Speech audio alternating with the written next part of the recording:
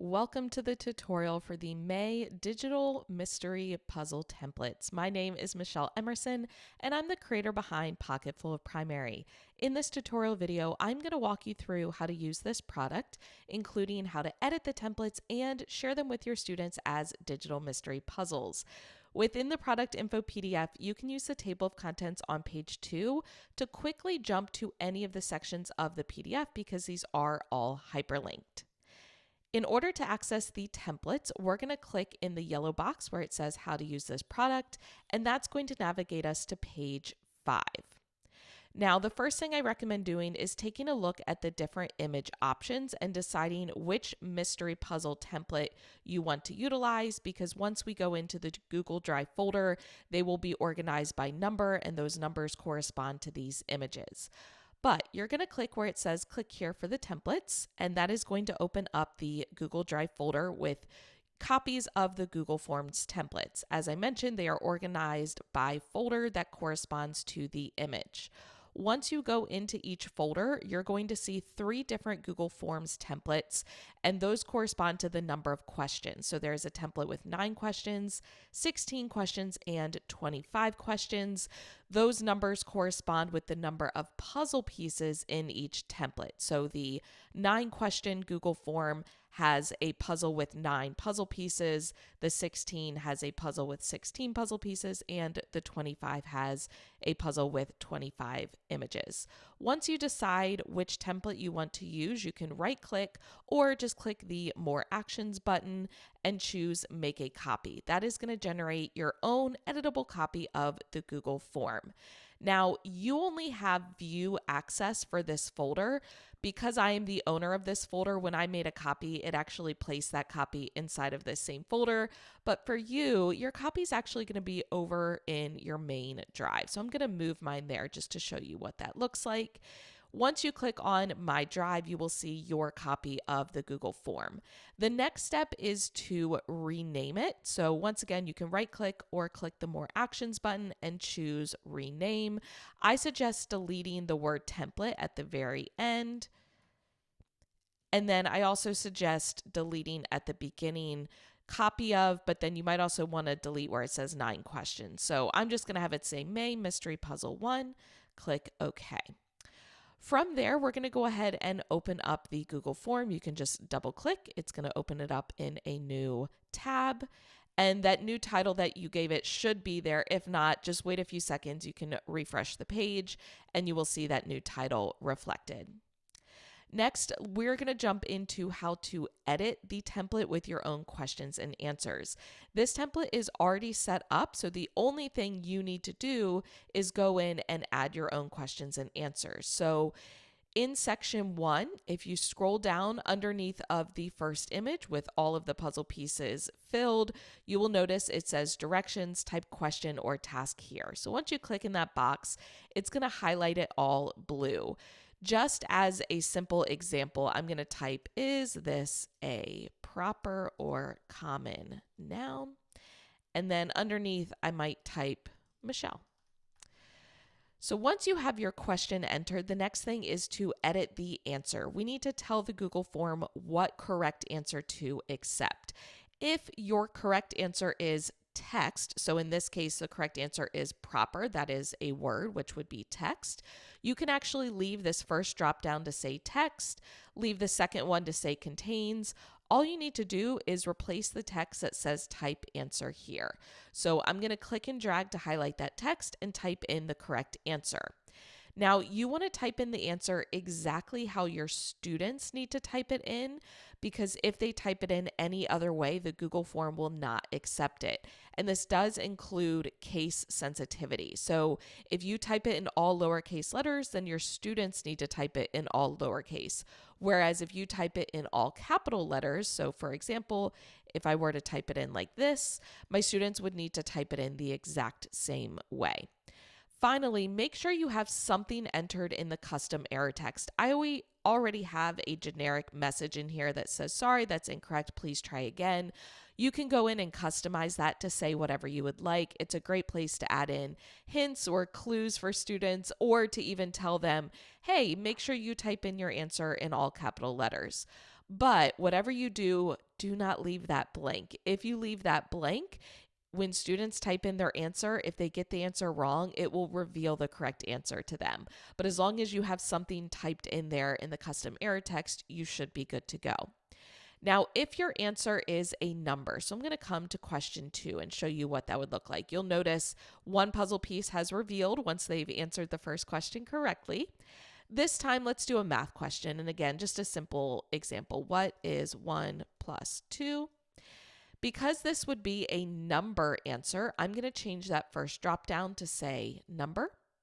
I'm going to change the second drop down to say equal to, and I'm going to type that answer in the third box. So in this case, the answer is 3. You will notice because I changed the format, it did clear my custom error text. So again, I've got to fill something in there. I can either copy and paste from the question above. So if I highlight all of this text, copy it, I can then paste it underneath, or of course, I can just type in my own message. Now, if you are curious about other question types or maybe how you can combine multiple questions in a single task, if you come back to the product info PDF, I do have step-by-step directions on what I just showed you, but starting on page 9, I have some ideas for how to create digital mystery puzzle questions, including adding images and links.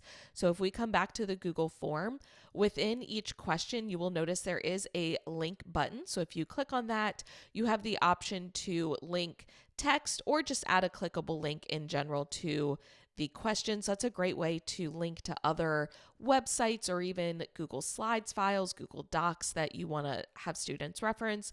You also can insert in an image. So if you click on the image button, you can upload it or insert it in from your Drive or Google Images.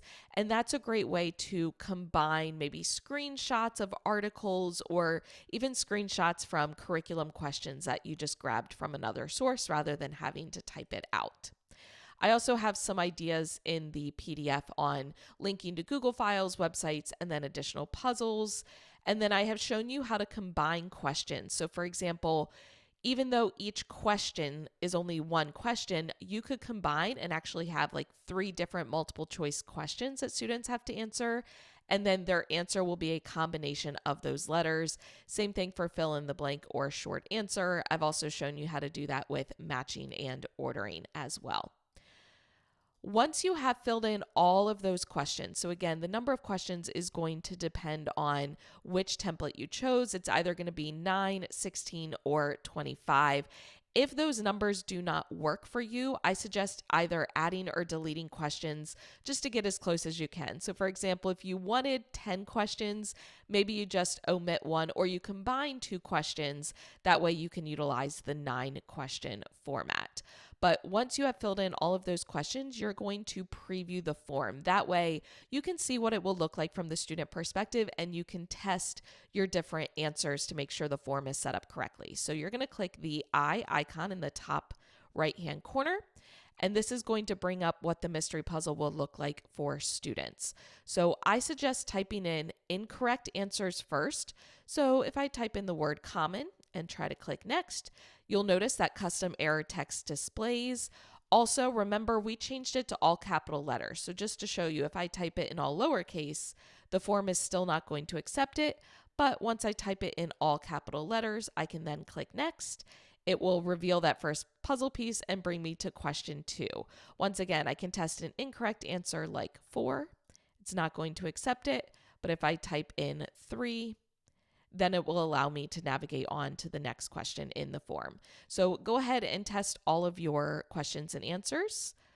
Then the next step is going to be sharing the form with students. In order to do that, you're going to click the send button in the top right-hand corner, click the link icon in the middle, and then if you want, you can go ahead and shorten this URL, and you're just going to copy and paste that anywhere your students have access to it. So for example, you can paste it right onto an LMS, such as Google Classroom, or you can even attach the Google form as an assignment on Google Classroom. The great thing about these digital mystery puzzle templates is students don't need a Google account to be able to access them. So as long as they have the link, they will be able to go in and complete it. Now, As I mentioned at the beginning, this form is already set up with those images ready to go for you. Any additional changes you make are at your own discretion. Keep in mind, if you ever mess something up or you think you've messed something up, you can go back to that product info PDF and then go back into the Google Drive folder, make a new copy. But a few things you might choose to customize under the settings and then presentation, you can go ahead and give students directions on what to do next. So if you want them to maybe complete another assignment or to do something in the classroom, you can click edit and customize that message there. You also could choose to customize some of these other options, but I will tell you, I don't suggest shuffling the question order because then the puzzle pieces are going to jump around. Like they might have 5 puzzle pieces on one and then 2 on the next one, and that doesn't quite make sense. But you can go into the theme, which is the paint palette up here. Feel free to customize the fonts. You could change the header image if you wanted to. You also can customize the Google Form color. So instead of pink, maybe you want like an aqua blue color. You can select that and it will change the overall color of the Google Form. So you can make those changes however it makes sense for you. But that is it for using the digital mystery puzzles. Again, the product info PDF has those step-by-step directions as well as ideas for using links, images, different question types. I also have some tips for technology, classroom management, and student engagement. I have the answers to some frequently asked questions on pages 14 and 15. On page 16, you will find the link to some digital escape room templates that operate very similar to these, where the template is already set up for you with the images and all the things within the form settings. All you have to do is add in your own questions and answers. And then finally, the terms of use for this product are on page 17. If you do have any questions, you can click email me questions, but my email address is just pocketfulprimary@gmail.com. Otherwise, I hope you and your students love these digital mystery puzzles.